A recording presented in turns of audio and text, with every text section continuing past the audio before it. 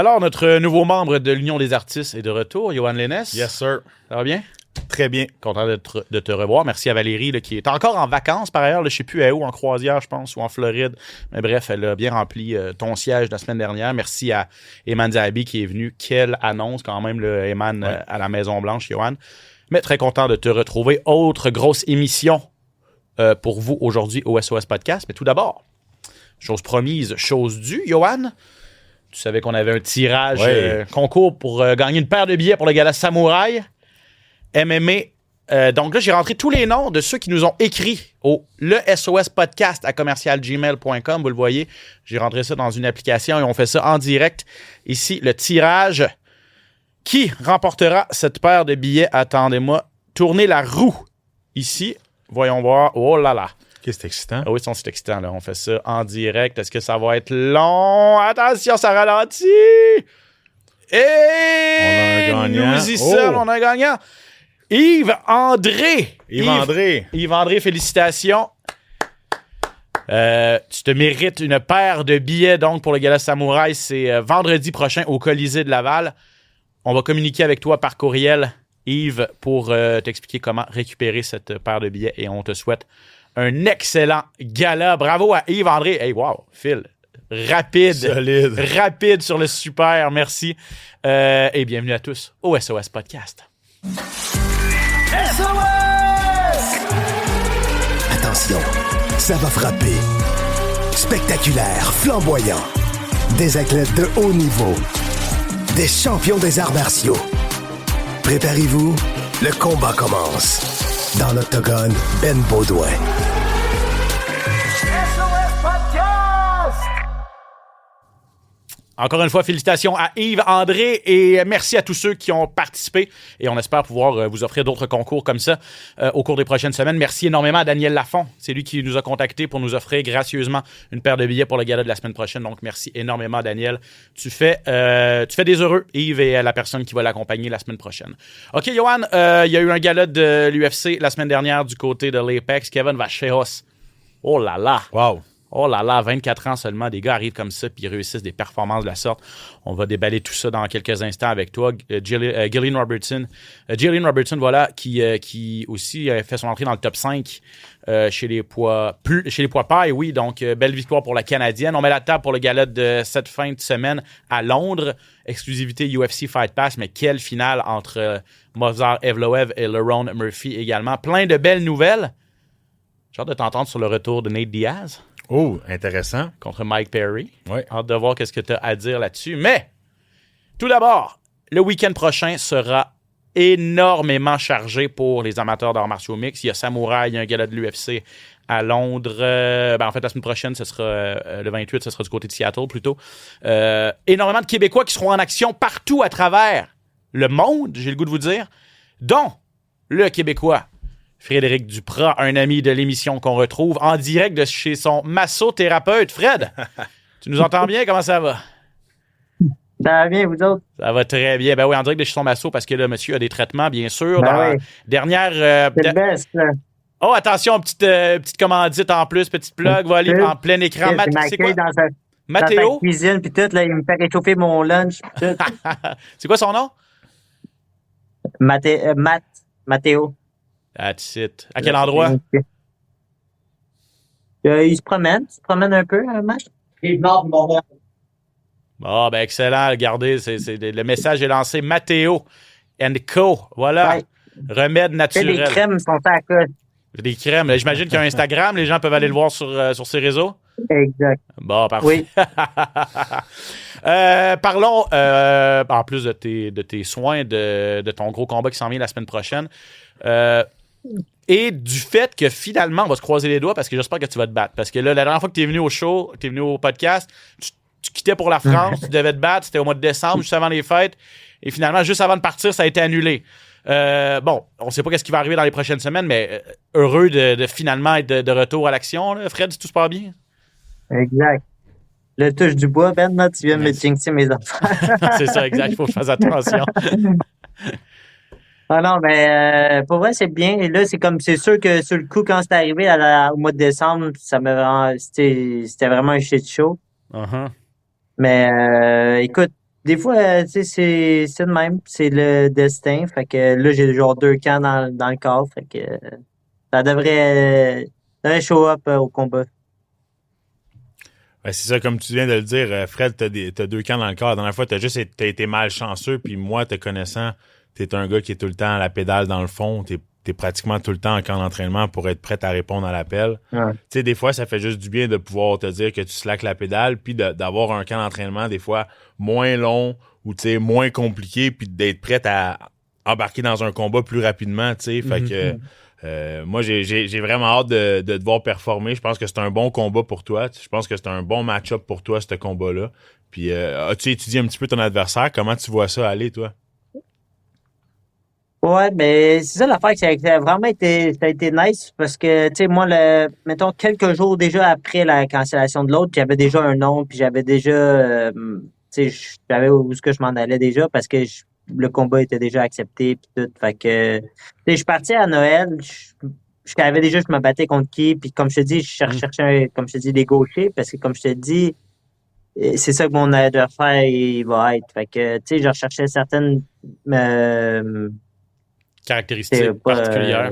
critère, là, exact, comme je te dis, parce que tu sais, quand tu fights des fois les gauchers, c'est pas la même chose que fighter des droitiers. Fait qu'il faut quand même que tu te prépares comment c'est bien, puis sinon tu peux vite avoir des mauvaises habitudes. Bon, le gars s'appelle Ethan Gross. Ça va se passer du côté de Pittsburgh le 28 mars, donc samedi prochain, pas celui qui s'en vient, l'autre. PFL Pittsburgh. Donc, quel genre de combattant il est? Spécialiste du combat debout, plus un lutteur. Toi, on le sait que tu vas aller pour son coup, là, évidemment. Bon, en tout cas, si t'as l'occasion, c'est sûr que tu vas pas la rater, mais au niveau des skills, des aptitudes, là, à quel genre de combat tu t'attends contre ce gars-là? Mais je sais que c'est une black belt, mais je pense vraiment que c'est tu sais, c'est un classique gaucher. Là, ça va être un mix. C'est un gars des mémés aujourd'hui. Tu sais, le monde, c'est pas tout le monde est bon partout. Puis, tu sais, faut que tu sois capable d'ajuster ta game de façon pour t'adapter à chaque adversaire aussi. Là. Tu sais, chaque adversaire est différent. Faut juste la manière que tu vas l'approcher. Mais tu sais, comme Yann Johan, il sait, il me connaît et moi, ça change pas une recette gagnante. Ça va aller, ça va starter fort. Non, puis, tu sais, gaucher, on s'entend avec les partenaires d'entraînement que tu as puis que tu as eu dans le passé. Je pense à un Olivier Aubin-Mercier, je pense à un Michael Dufort en ce moment qui est droitier, Michael, mais c'est pas rare qu'il va tourner gaucher rapidement. Yann Stobie qui est gaucher-droitier, tu sais. Fait que je pense que, je veux dire, t'es équipé pour répondre à l'appel d'un gaucher, là, tu sais. Je pense au nombre de rounds que tu as fait avec Olivier Aubin-Mercier. Ouais. Tu peux pas avoir un meilleur gaucher avec une bonne jambe arrière, une bonne main avant, puis avec la lutte qu'il y a en plus, ce qui t'amène. Donc, c'est sûr que tu dois approcher ce combat-là de manière différente un petit peu, j'imagine, en étant resté sur ton appétit un peu aussi suite à la dernière incident qui est arrivé, là, tu sais. Ouais, mais tu sais, comme je te dis, j'ai été chanceux. PFL, ils sont quand même vraiment bien occupés de moi avec cette situation-là. Tu sais, c'est sûr que sur le coup, c'était un vrai shit show.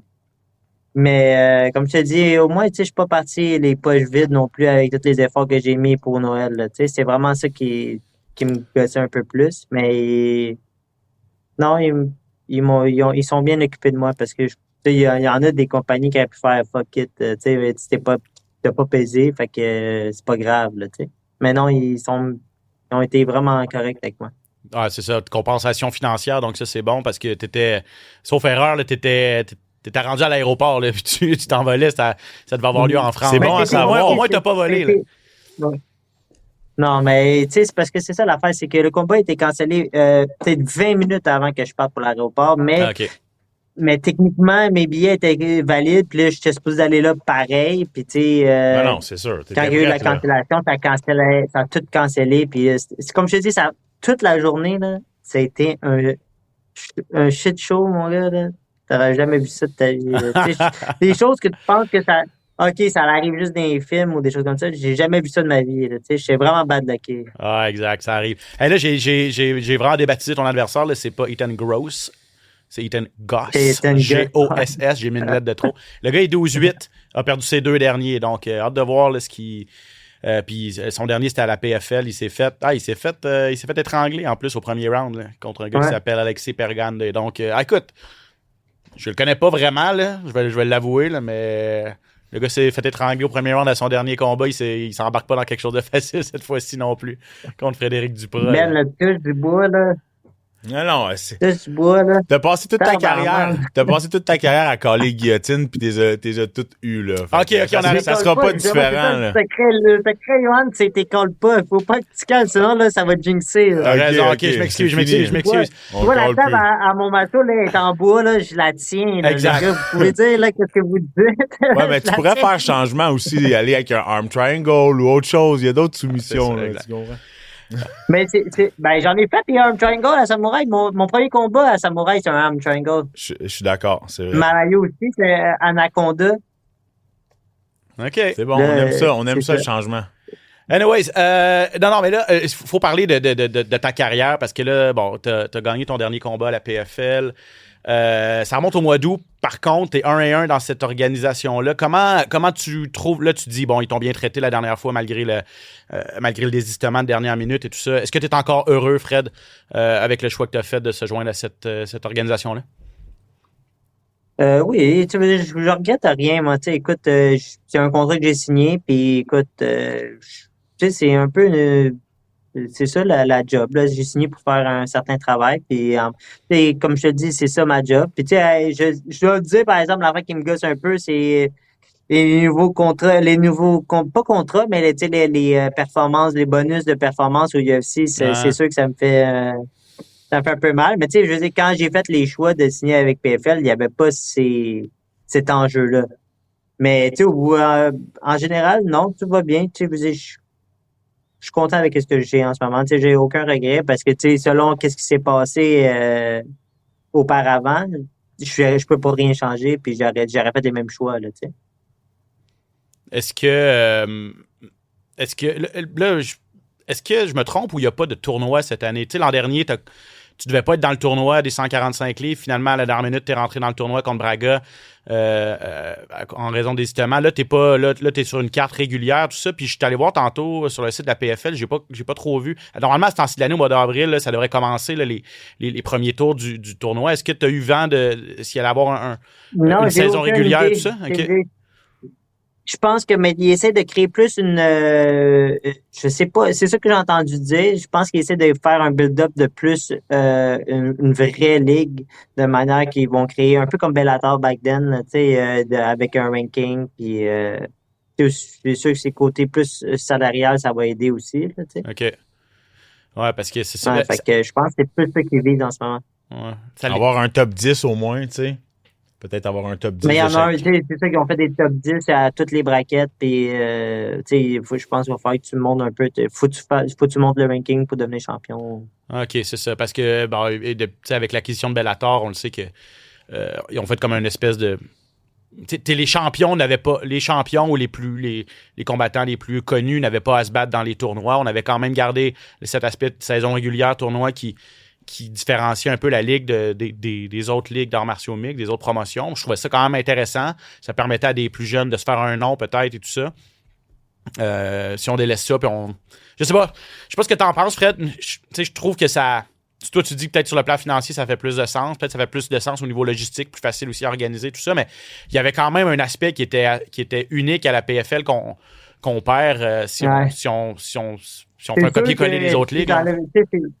Ouais. C'est sûr que le tournoi était vraiment intéressant pour quelqu'un comme moi ou c'est pour une des raisons pourquoi j'ai été avec le PFL au début, c'est que je veux viser, mettons, des tournois à 500 000, ça devient vraiment intéressant, tu sais. Puis même, ça. Comme je dis, imagine-toi, c'était intéressant à 700 000, mais à 1 million, c'est encore mieux. Ben, comme tu sais, c'est ça, comme Olivier l'a gagné 2 fois, là, c'est ultra payant là, à cette époque-là. C'est faisable, tu sais. Je l'ai vu, je l'ai vu Oli gagner 2 fois. Fait que, tu sais, c'est sûr que tu as le goût de toucher à ces genres de bonus-là. T'sais. Ça a toujours été leur marque de commerce, PFL, là, les tournois à 1 million de $. C'est ce qui les a fait connaître. C'est ce qui a fait que les combattants ont voulu aller dans cette organisation-là. Mais si je me trompe pas, Johan, même Bellator aussi, il y avait les tournois à 1 million.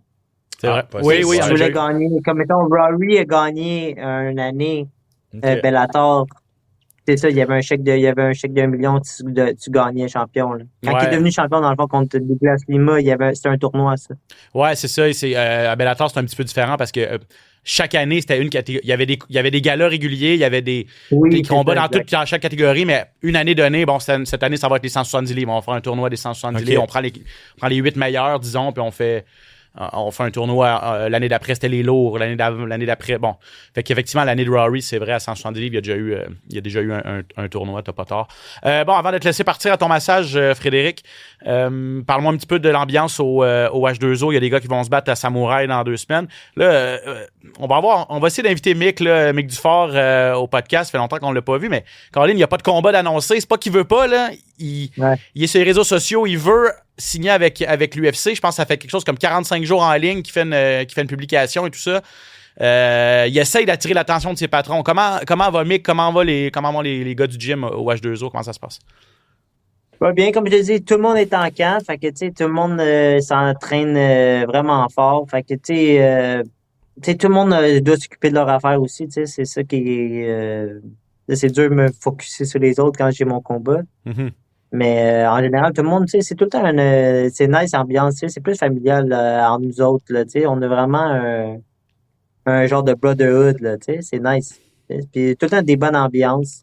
Puis comme je te dis, pour Mick, comme je te dis, je pense que, tu sais, j'espère qu'il va avoir sa shot, il la mérite, puis tu sais, il a les skills. Tu sais, je pense qu'au contraire, il se nourrit de ça, puis là, il est encore plus animal dans le gym à cause de ça. Là. Ah ouais, hein? Excellent. J'ai hâte de voir ça. Ouais, J'espère que ça va finir par payer. En tout cas, il continue de s'entraîner très fort, ça on le sait. Toujours une possibilité d'un short notice à Winnipeg ou autre, des opportunités comme ça existe, tu sais, puis il va être là, il va être prêt à les saisir. Ah, puis il a gagné ses derniers combats de façon assez spectaculaire également. Qui va avec toi à Pittsburgh, Fred? Mick, puis Richard va venir me rejoindre, dans le fond, la journée du combat. Excellent. Donc, les Richard O et Mick Dufort seront les hommes de coin de Frédéric Duprat. PFL Pittsburgh, samedi prochain, le 28 mars, c'est disponible sur DAZN ici au Québec. Fred qui va pour une 2e victoire de suite à la PFL contre Ethan Goss. Frédéric, merci énormément d'avoir pris le temps, mon ami. Toujours un plaisir de se jaser. Puis on se souhaite bonne chance. Merci à vous autres, les gars. Bon succès, mon Fred. Merci. Ciao, ciao. Yes. Bon, il était tanné que je parle de guillotine. Hein, le pauvre Fred, il a raison. Faut pas que... Je suis confiant. Je connais pas beaucoup son adversaire. Honnêtement, comme il dit, c'est un gars complet là, à écouter Fred, mais on sait... C'est un animal pareil. Là. Tu le vois. Là, ça ne prend pas une grosse ouverture. Non. Puis c'est quelqu'un qui sait exactement ce qu'il maîtrise. Il le maîtrise extrêmement bien. Puis c'est un gars qui termine ses combats. S'il te met la main dessus avec la bonne technique, qui est en contrôle, on l'a vu, là, ça y prend juste une position pour terminer le combat. Parce que contre Braga, Gabriel Braga, combattant brésilien très connu, qui a beaucoup d'expérience à la PFL, qui s'est déjà rendu loin dans les tournois, ça a été à courte échéance, là, ça a été son premier combat à la PFL l'année passée. Ouais. Puis au premier round, il est vraiment passé à ça. Là. Ouais. Braga a survécu, là, mais ça a tout pris. Et puis là, après ça, le Brésilien a pris le dessus. Mais je veux dire, les aptitudes sont là. Bref, tout ça pour dire que c'est pas gagné. Là. C'est pas gagné. Non. C'est un gars de 34 ans avec beaucoup d'expérience. C'est faisable. C'est un bon combat pour Frédéric Duprat. Là. Puis s'il peut continuer à faire de belles performances, tout ça, le futur pourrait être prometteur, donc qui est intéressant dans cette organisation de la PFL. Revenons sur la victoire de Kevin Vacheas, si tu le veux bien, Johan. Ouais. Ça se passait à l'Apex contre Josh Emmett. Honnêtement, il y a toujours des petits trucs à améliorer dans une performance. Il n'y a pas de combat parfait. Non. On s'en approche drôlement. Oui, c'était toute une performance. Là. Je veux dire, il a passé le KO à Emmett, le vétéran, au premier round.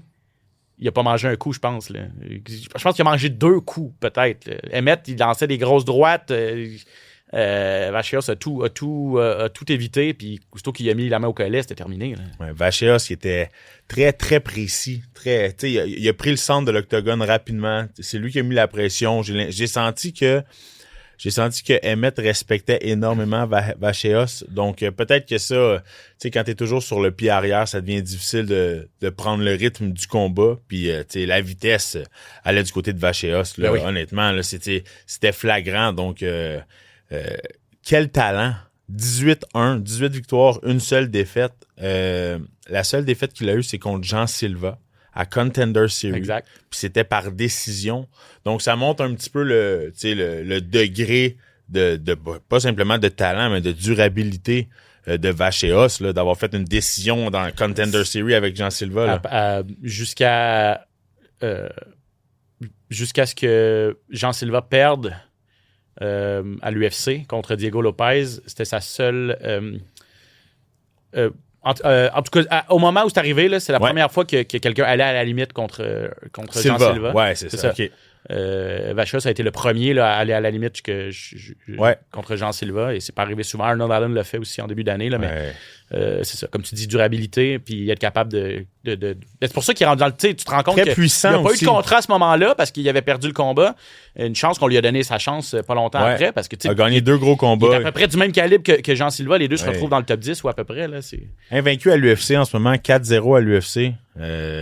Puis avant gros KO contre Emmett en fin de semaine dernière, mais avait passé le KO au premier round à Chikadze aussi. Au deuxième round, exact. Au deuxième round, à Chikadze. Donc, tu sais, termine ses combats très spectaculaires. 2 gros noms qu'il vient d'ajouter à sa fiche, honnêtement. C'est ça. Fait que, quelle va être la suite pour lui, là? 13 KO en 18 victoires. Ben moi, j'aimerais ça, un rematch contre Silva. Oh! Intéressant. Silva est rendu 6. Ben oui. Lui, Vacha, c'est entré dans le top 10, les 10e. Tu sais, ça serait logique en plus au niveau des classements. Les deux ont un historique, honnêtement. Très beau combat à mettre sur pied, ça. Ouais. Pourquoi pas? Et pour Emmett, 41 ans, ben là, la chaîne est débarquée. Là. 3 défaites de suite, les 2 dernières au premier round. 1 et 5 à ses 6 derniers. Honnêtement, le gars veut s'accrocher, mais il n'a jamais été le gars le plus technique. Non. Avec les mains les plus rapides. Cependant, il cogne fort. Fait que quand il réussissait à placer sa grosse main droite, ça pouvait vraiment changer l'allure d'un combat. Il y a eu sa séquence là, qui l'a amené en combat de championnat intérimaire, mais tu vois que c'est la nouvelle génération qui rattrape l'ancienne garde et c'est plate, mais Emmett n'a plus ce qu'il faut pour compétitionner avec ces gars-là là, au niveau technique, au niveau rapidité. Tout ça. Exact. J'ai l'impression que Emmett est rendu un petit peu trop facile à lire pour ses adversaires. Tu sais. Peut-être, je dirais pas qu'il manque d'outils. Je pense qu'il est très bon dans ce qu'il fait, mais tu sais, quand tu as seulement une grosse main droite, quelques kicks à te soucier, ça devient facile de te lire. Puis je pense que c'est vraiment ça. Puis tu sais, la vitesse, il y a eu des gros combats. Là. Il s'est battu contre Rodriguez, Murphy, Topuria. Tu sais, ça a été des gros combats pour lui. Là. Il a affronté les meilleurs. Emmett a donné des bons combats, mais là, a perdu 5 de ses 6 derniers combats. Il va falloir qu'il se pose des questions. Là. Exactement.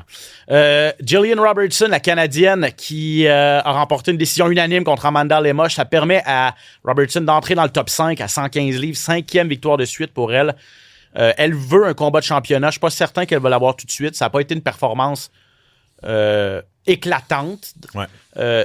Elle a quand même le record de soumission chez les femmes à l'UFC au total. T'sais, elle s'est battue à 115 et à 125 livres. Et lorsqu'on additionne tous ses combats, elle a le record de soumission avec 7 chez les dames. Record de victoire dans la limite avec 10, égalité avec Amanda Nunes. Donc, c'est une fille qui est une spécialiste des soumissions. Très, très bonne lutteuse. Elle n'a pas réussi à en terminer avec Lemos, qui s'est bien défendu au sol quand même. Et qu'est-ce que tu as pensé de sa performance de 1? Puis est-ce que justement c'est assez pour la placer en combat? Je pense pas que c'est une performance qui était vraiment étincelante. Là, surtout moi, Robertson, j'adore la voir combattre. Par contre, je trouve qu'elle commence lentement ses combats. C'est pas une combattante qui va laisser le combat commencer, qui va embarquer. Elle a perdu le premier round. Là. Puis exactement. Puis souvent, quand tu as quelqu'un qui commence fort dans ce temps-là, ça devient vraiment problématique. Puis on a vu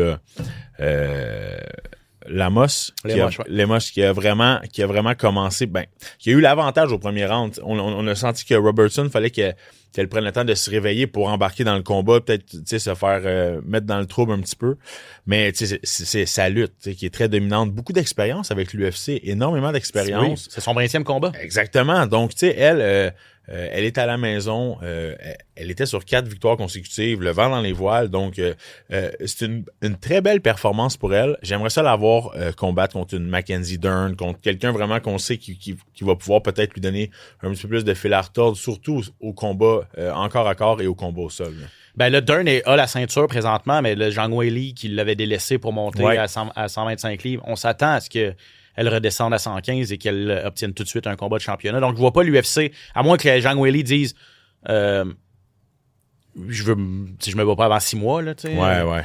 Si elle veut revenir à courte, moyenne échéance, je pense qu'on va attendre qu'elle revienne pour faire un combat de championnat Dern, Zhang Weili. Après ça, si ce n'est pas le cas, là, c'est sûr que Weili a déjà battu Jandiroba, elle a déjà battu Tatiana Suarez. Peut-être que Robertson pourrait être dans les cartons à ce moment-là, mais Elle est encore classée 5e. Je pense que Robertson a besoin d'aller chercher une autre grosse victoire contre une fille. Que ce soit Jandiroba, qui là, elle se bat, Jandiroba, bientôt. Mais moi, je la verrais bien contre Tatiana Suarez. Et honnêtement, c'est parce que Robertson est toute une lutteuse, mais Suarez aussi. Oui. Donc, si on veut vraiment déterminer qui est la meilleure lutteuse à 115 livres, ça sera Intéressant. un combat intéressant à faire, en tout cas sur papier. À suivre donc, mais une autre Canadienne quand même qui comme tu dis, a le vent dans les voiles, elle s'approche là, de grandes choses. C'est pas... C'est ça. Elle a un combat de championnat à sa prochaine sortie où elle est peut-être à une victoire là, d'en obtenir un. Donc, Gillian Robertson. Marwan Raiki, Harry Hardwick, ça, c'était bon parce que c'était 2 jeunes combattants. Raiki, c'est un jeune, il a 23 ans seulement, un Marocain. C'était allé en Australie pour l'entraînement, mais Hardwick, je sais pas si tu as vu ça, mais il a survécu. Il n'est pas allé au plancher, là. Il a survécu. Il est arrivé à la fin du 2e round. Il a dit à son frère dans son coin, qui est un de ses hommes de coin, il dit j'ai la mâchoire fracturée.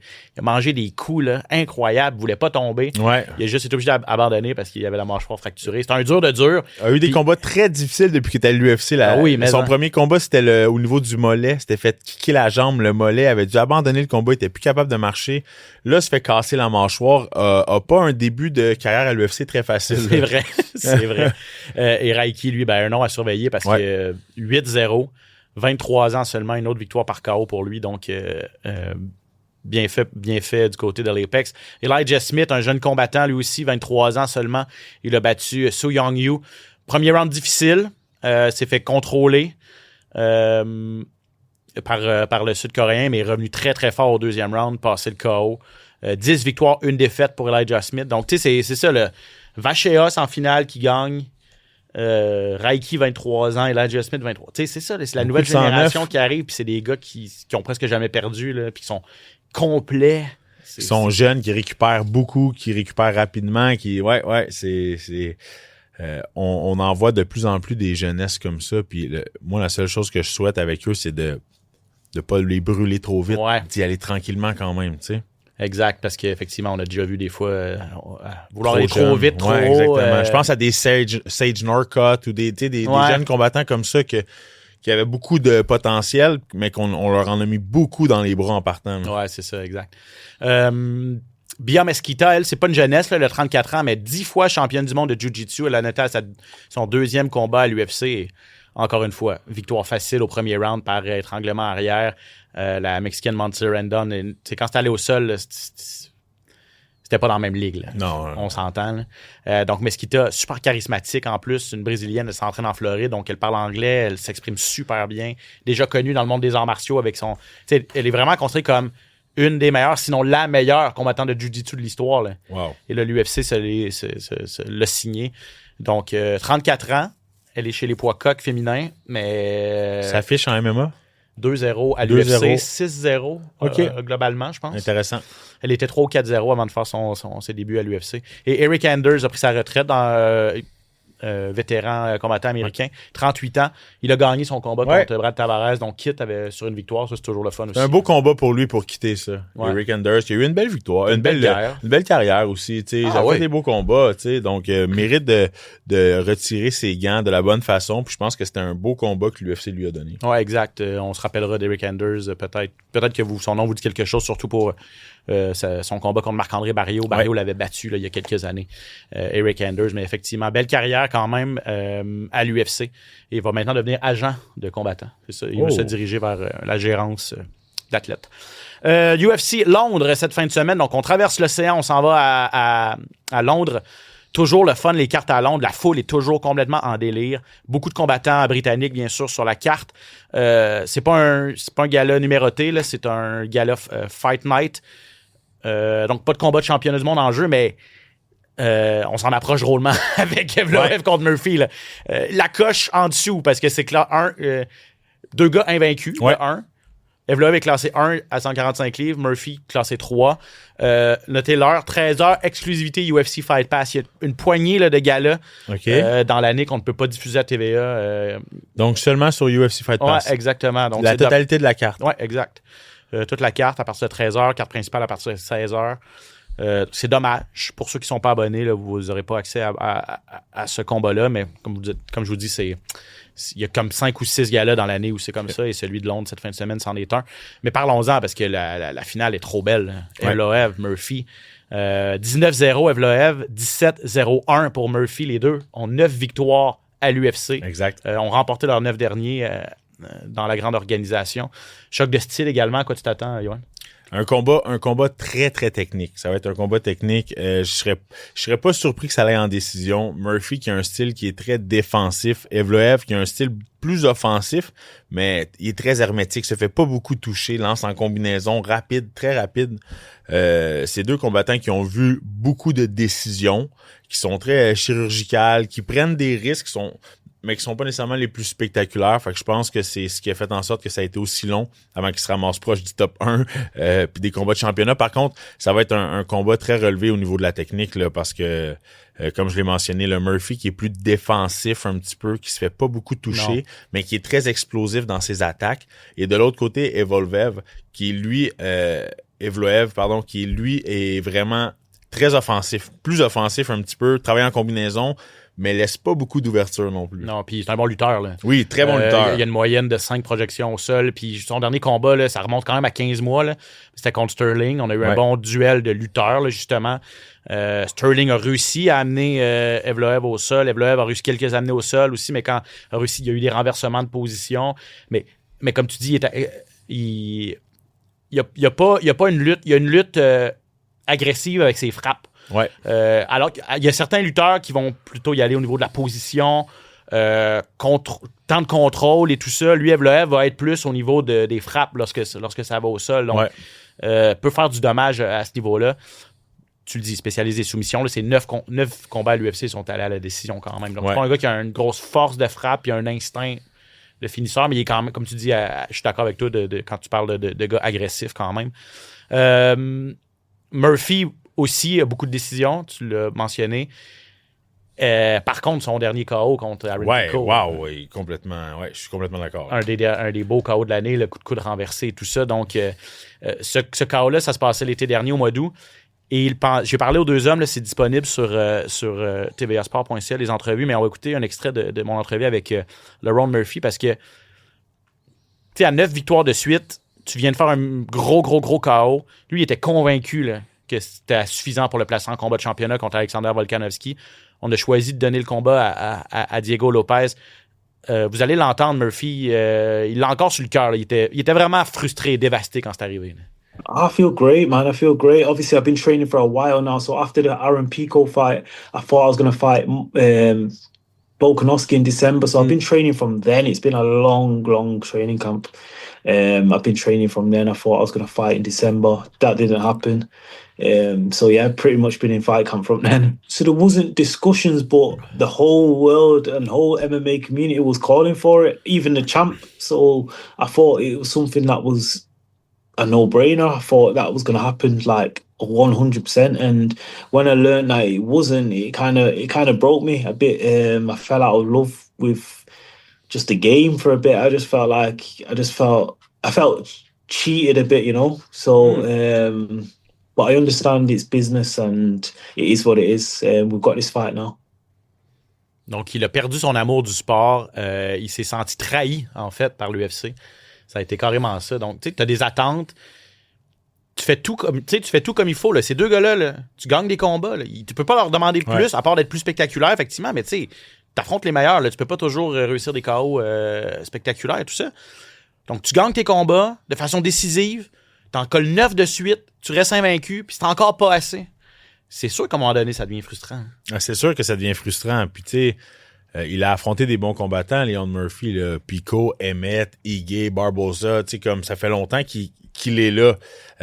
Son dernier KO était tellement spectaculaire que c'est sûr que tu te dis, est à sa place. Je peux pas faire d'autre rien. Je peux rien faire de plus que ça, là, tu sais. Fait que c'est sûr que c'est comprenable de se sentir comme ça. Surtout que là, veut pas, Evloev, c'est pas un client facile. Non, c'est ça. vraiment pas un client facile. Là. Fait que c'est là que ça devient encore plus frustrant de dire comme j'aurais sans doute pu éviter ça avant de me rendre à la ceinture parce que ça reste un combat qui va être très très relevé, très risqué pour lui. Là, comme il m'a dit, Murphy, il dit je comprends pas la logique de l'UFC de faire ce combat-là à ce stade-ci, moi et lui. T'attends qu'il y en ait un des deux qui ait la ceinture, puis après ça, tu l'organises pour un titre. 2 combattants invaincus qui s'affrontent pour une ceinture, c'est rare. Là, on a 2 combattants invaincus qui s'affrontent avec, à l'enjeu, peut-être la chance d'aller au titre. T'sais, oui, on dit un combat éliminatoire. Ça va être difficile, le gagnant. Si on lui dit, après 10 victoires consécutives, si on lui dit non, t'en as pas fait assez encore, à un moment donné, ça va devenir risible. Ouais. Donc, oui, je m'attends à ce que le gagnant en fin de semaine obtienne la chance au titre. Mais il y a un point là, de dire que si on avait organisé un combat entre moi et Evloev, mais un des deux a une ceinture, c'est bien plus vendeur que de mettre ça sur un Fight Night ou gratuit. Là, mais bon, ça se passe là. Un des deux va perdre son 0 dans la colonne des défaites et l'autre va se retrouver en combat de championnat. La demi-finale va opposer Luke Riley à Michael Aswell Jr. C'est 2 jeunes, en fait. Il a 25 ans. Aswell Riley, 26 ans. L'anglais, il va être chez lui. Là, c'est un gars invaincu. 12-0. Ça va être son 2e combat à l'UFC seulement. On le met en demi-finale quand même. Ouais. Donc, belle marque. Partenaire d'entraînement de Paddy Pimblett. Exact. Ouais. J'avais vu à son dernier combat, Paddy était dans son coin d'ailleurs. Là, c'était divertissant de le voir coacher son. Il semble être très spectaculaire, de 8 KO à ses 12 victoires. Donc, tu sais, il est quand même invaincu. Là. Il semble très dynamique. Exact. De l'autre côté aussi, un très, très bon combattant, un jeune combattant, là. Qui a vu la défaite seulement 3 fois par décision, des combats serrés, donc ça va être un combat très relevé. Ouais, exact. Donc les jeunesses en demi-finale, puis les vétérans. Ben, en fait, au moins un vétéran là, contre un gars un peu. Un gars en ascension. Ben, toi, tu le connais bien, Patterson, mais en fait, tu sais, Michael Page, c'est un vieux de la vieille, là, il fait pas super longtemps qu'il était à l'UFC, mais il était à Bellator longtemps, puis tout un talent, là, tout un kickboxer. Michael Page, qui a 38 ans maintenant, il est sur une séquence de 2 victoires. Il a été vocal envers l'UFC. Là, il trouve que l'UFC le traite pas très bien. Il aimerait ça se battre plus souvent. Puis il dit, écoute, je leur ai fait quelque chose. Il se demande pourquoi, mais avec 800 combattants dans l'organisation, presque 900 maintenant, c'est sûr que ton tour revient pas souvent, là, malheureusement. Non, puis c'est pas tout le monde dans l'organisation de l'UFC qui doit vouloir affronter Michael Page. Parce qu'il vient avec une certaine aura. Puis il a quand même gagné 3 de ses 4 derniers combats là, à l'UFC. Le combat qu'il a perdu, c'est contre Ian Gary. Puis tu sais, c'était un combat assez relevé quand même aussi. Les deux se sont battus énormément debout, a battu Magomedov, puis Cannonier a battu Kevin Holland aussi. Fait que, tu sais, lui, c'est un très, très bon il est combat. là, tu sais, il est plus ce qu'il était, c'est sûr, Venom Page, mais il est encore présent, puis ça va être un bon combat contre Patterson, parce que Patterson, là, il a 4 grosses victoires en ligne, 4 finishes, 2 soumissions, 2 KO, très complet, un combattant très complet. Et chose que je sais aussi, c'est que les deux se sont déjà entraînés ensemble. Les deux viennent du même coin un petit peu, les deux s'en vont. 2 Anglais, c'est vrai. 2 Anglais qui s'en vont se battre devant leurs fans, et je sais qu'ils ont déjà échangé ensemble, donc je pense qu'ils connaissent un petit peu le style de chacun. Puis toi, Patterson, tu l'as affronté. Oui, j'ai affronté. Sa première victoire à l'UFC, c'était contre toi, c'est ça? Oui, exactement. Sa deuxième, sa première victoire à l'UFC, c'était contre moi, exactement. Donc, très long combattant. Ouais, qui cogne très dur, qui frappe très fort aussi. Puis des soumissions rapides. Ouais, très rapides. Il est grand. C'est ça. 2 gars de 6 pieds 3 qui s'affrontent en fin de semaine. Donc, Page et Patterson.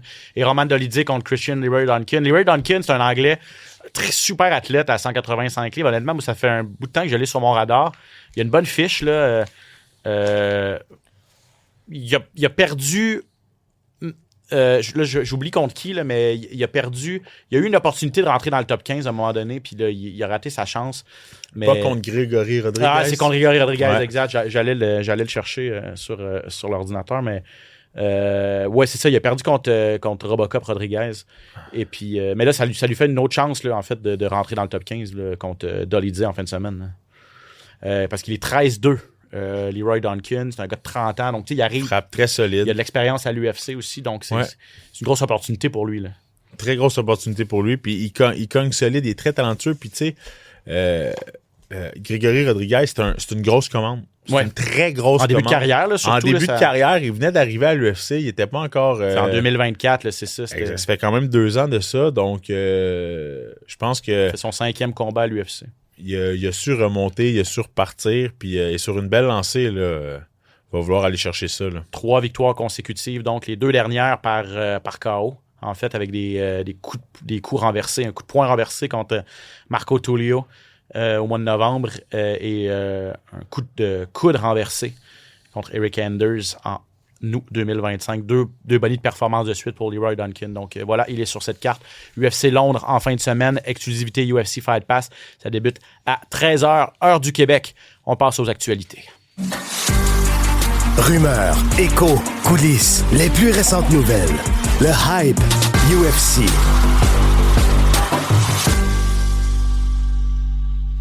On n'en avait pas parlé la semaine passée parce que on le savait pas. Ça a été annoncé quelques heures après la fin de notre enregistrement. Charles Jourdain, confirmé, il sera de la carte de l'UFC Winnipeg le 18 avril contre Kyler Phillips.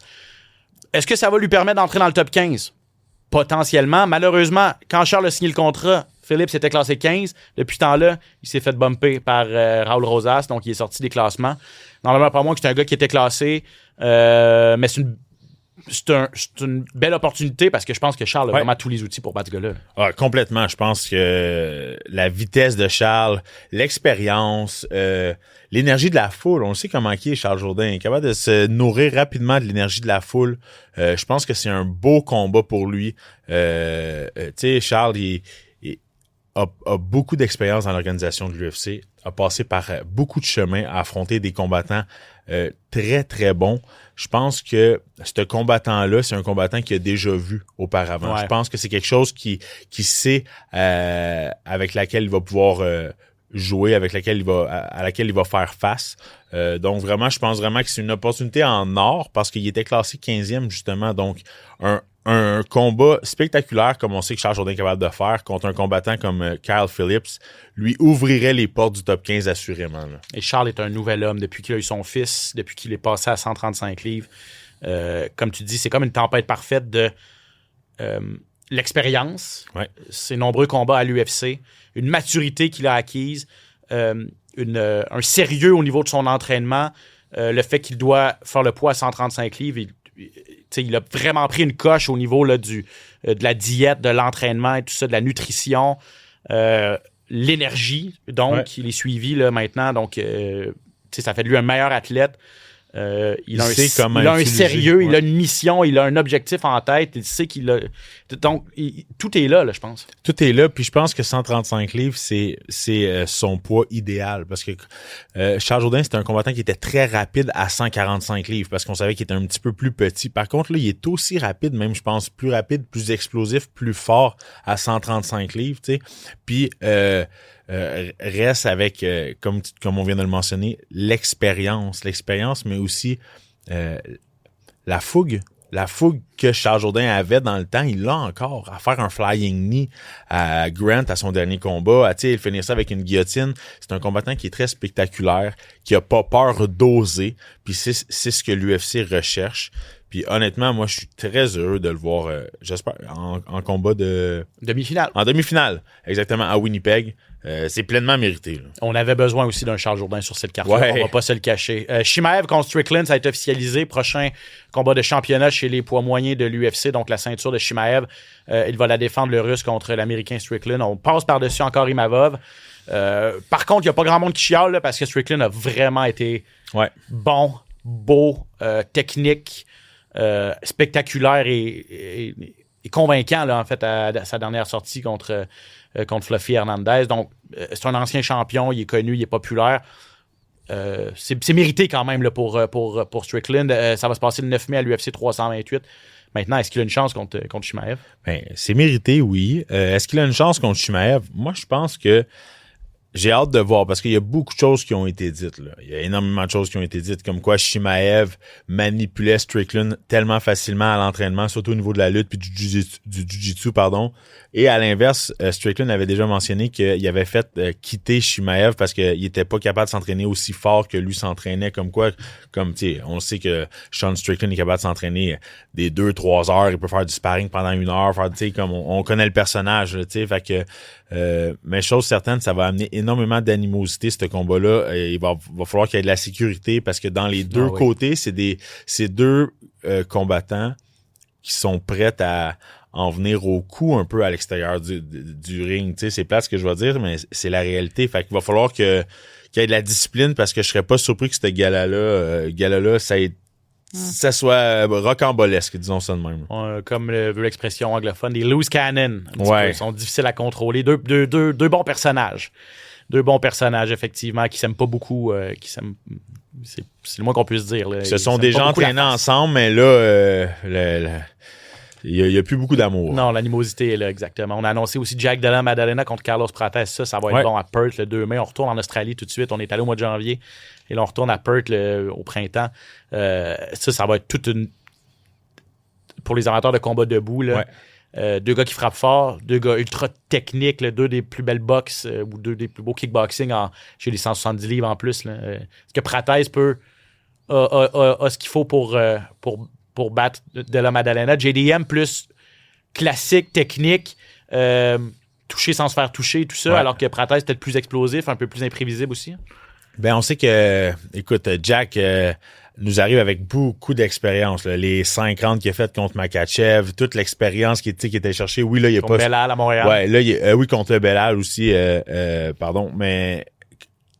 il a fait 5 rounds contre Makhachev, puis évidemment, il s'est fait contrôler au sol pendant longtemps. Là, je pense pas que ça sera pas la même histoire contre Prates. C'est un meilleur match-up pour lui. Là. Exactement. Puis en fait, ce qu'on a surtout vu avec Della Maddalena, c'est que il y a beaucoup de... Il est capable de gérer la pression. Il nous a donné de belles choses. Son combat contre Belal était très bon. Makhachev, ça a été plus difficile, mais avant ça, il était tellement sur une belle lancée. Tu sais, c'est un combattant qui est très complet, qui frappe très fort avec ses mains. C'est un gaucher qui travaille en combinaison. Très dur à amener au sol aussi. Moi, je pense qu'il peut donner du trouble à Prates parce que Prates, oui, c'est quelqu'un qui travaille en contre-attaque, mais l'expérience de Della Maddalena peut venir jouer, je pense. Là. Ça reste l'ancien champion. Donc, ça va être vraiment intéressant de voir ce combat-là. Là. 100%. J'ai vraiment hâte de l'encercler le 2 mai à Perth. Là, je regardais les dates juste pour m'assurer des dates et des endroits. Là, parce que, je le disais, la semaine prochaine, ça va être tout un week-end. Le 27, il y a Samouraï. Il y a également CFFC avec Jonathan Ramsey qui va se battre. On a entendu Fred Duprat en début d'émission, PFL Pittsburgh. Ça va être le 28 en même temps que l'UFC Seattle. Il y a Tommy Morrison. Ça, j'étais un peu surpris de voir ça. On va essayer de parler à Tommy peut-être la semaine prochaine. Là, s'il est disponible, quoi que ça va être le jeudi. Il se bat lui, le samedi également. C'est le 28, exact. Le 28 mars, le samedi, il va se battre à Island Fight 95. C'est en Alabama contre un gars qui s'appelle Jean Tehena, un gars qui est 5-7, Tommy qui est 10-0. Je sais que Daniel Lafont voulait il a fait toute sa carrière à Samouraï. Là. C'est la plus grande vedette de Samouraï, peut-être, Tommy Morrison. Je sais que Daniel voulait absolument le mettre sur la carte du Colisée. La difficulté à trouver des adversaires, cependant, pour Tommy Morrison. Donc, c'est peut-être ce qui explique pourquoi il doit quitter... Pour les États-Unis. Qu'est-ce que t'en... Ouais, difficile de trouver des adversaires pour Tommy, des adversaires qui ont du bon sens. Tu sais, ça reste que Tommy est maintenant à 10-0. Tu sais, pour qu'on amène quelqu'un qui a du bon sens pour lui ici, ça prend quelqu'un qui a une très bonne fiche, qui a un très bon nom ou autre. Donc, c'est sûr que si pour lui, il veut être actif, il n'a pas le choix d'essayer d'aller regarder ailleurs. Il y a Xavier Alaoui, ton ami du... le 27 mars. C'est le 27, donc c'est le vendredi. À UAE Warrior, pardon. Exact. UAE Warrior. Je vais aller voir c'est contre qui. Je sais qu'il y a une ceinture en jeu là, pour Xavier, en fait. Exactement. Donc, il affronte Rani Sadeh à UAE Warriors 68, donc vendredi prochain. Championnat des poids, lui, c'est un 135 livres, donc des poids coqs. De cette organisation-là. Ça fait un petit bout de temps qu'il était avec... Il était à la PF... Il a fait quelques combats avec la PFL, Xavier. Il a été champion du UAE Warriors auparavant. Bref, tu le vois souvent au gym. Là, oui. Comment ça se passe pour lui? Ça se passe très bien. Xavier Aloui qui est tout le temps dans le gym. Je pense que Xavier Aloui et Tommy Morrison ont une très belle relation. Je pense que Xavier est un peu comme le grand frère de Tommy. C'est vraiment beau de les voir s'entraîner. Le Tristar Gym est vraiment... c'est une mine remplie de diamants de combattants. Juste en fin de semaine, on a Tommy Morrison, on a Xavier Aloui, mais pour Samouraï, mais il va avoir Victor Bourdage qui va être là, Mike Jones qui font partie les deux du tournoi. Il y a un tournoi à 4. Ouais, exact. Donc vraiment, eux font partie du tournoi Ramston Rodriguez, qui est un combattant du Tristar qui va être sur la carte. Samouraï MMA. On connaît bien notre Alex Morgan, le Chessmaster. Tu représentes bien le Tristar Rive-Nord, d'ailleurs. Tristar hein? Rive-Nord, exactement. Rabia Gilani, qui est un combattant qui est rendu ici à Montréal au Tristar, qui va se battre pour Samouraï, puis Maxime Côté qui va faire son tour au Tristar. Donc, il y a 6 combattants à Samouraï MMA qui vont représenter le Tristar, donc c'est énorme. Ouais, c'est énorme, effectivement.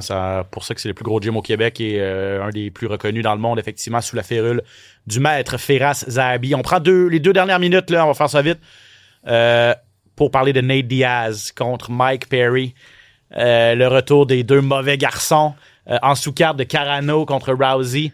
Le 16 mai, si ma mémoire est bonne, ça va être bien sûr ce gala présenté sur Netflix par MVP Promotions. Nate Diaz, un des combattants les plus aimés, les plus adulés de l'histoire de l'UFC. Bien sûr, ses combats contre Conor McGregor, ça l'a vraiment mis sur la map, mais c'est tout un personnage. Mike Perry a relancé vraiment sa carrière, lui, à Bare Knuckle. C'est 2 gars violents, dans le sens pur du terme. Là. Ouais. C'est 2 véritables combattants. C'est 2 gros noms. Bon coup d'MVP? Bon coup. Est-ce que c'est un bon coup pour Nate Diaz? Je suis pas certain. Ça fait longtemps qu'il s'est pas battu. Mike Perry, on le sait, beaucoup de bare knuckle en arrière de la cravate en ce moment. Plus actif, ouais. Beaucoup plus actif. Est-ce que c'est une bonne chose? Je suis pas certain. J'aurais voulu voir Nate Diaz revenir avec peut-être un nom plus doux devant lui que Mike Perry. Je le sais pas.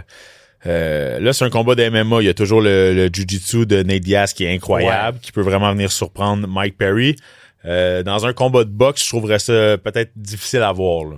Je suis pas certain. Mais oui, ça m'intrigue au bout. Mais c'est ça au niveau marketing. Très intéressant. Là, intéressant. On a annoncé la carte de la Maison-Blanche. Les gens étaient un peu déçus. Puis là, un mois avant, tu as cette carte-là sur Netflix avec certaines des plus grandes vedettes. Ouais. Là. Bon, c'est sûr que c'est peut-être une autre époque, là, mais Ronda Rousey, la plus grande vedette peut-être, ou une des plus grandes vedettes après McGregor de l'histoire de l'UFC. Nate Diaz est dans le coup. Ngannou qui est... c'est vrai. Selon certains, encore le meilleur poids lourd de la planète.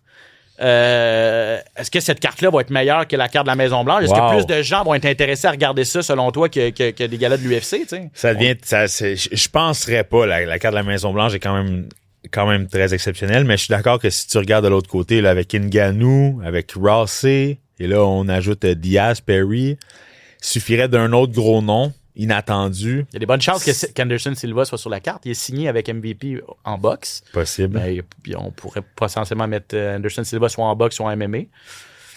Wow, j'ai hâte de voir. Mais c'est sûr que... Je sais pas si les grands bons de l'UFC commencent à s'en mordre les doigts de dire, OK, mais tu sais, ces gars-là, ces personnes-là, Rousey, Nate Diaz, Ngannou, ont toutes fait des approches de dire, j'aimerais ça revenir avec l'UFC potentiellement, tu sais, tout ça, puis on s'est fait un peu dire non, ou le chèque de paye était pas assez intéressant. Et là, finalement, on va aller... Wow. Je sais pas si on va regretter du côté de l'UFC de pas avoir accepté de ramener ces agi avant un peu, peut-être. En tout cas, je sais que les fans sont curieux. C'est sûr que c'est plus des petites jeunesses, mais c'est des gros, très gros noms. Puis c'est toujours des athlètes. C'est toujours intéressant à voir. Hein? Exact. Donc, on va suivre ça, cette carte-là de MVP. Parce on va suivre ça. Il reste encore plusieurs combats annoncés. Donc, des ajouts peut-être. Est-ce qu'il y a d'autres grosses vedettes qui vont venir? Exact.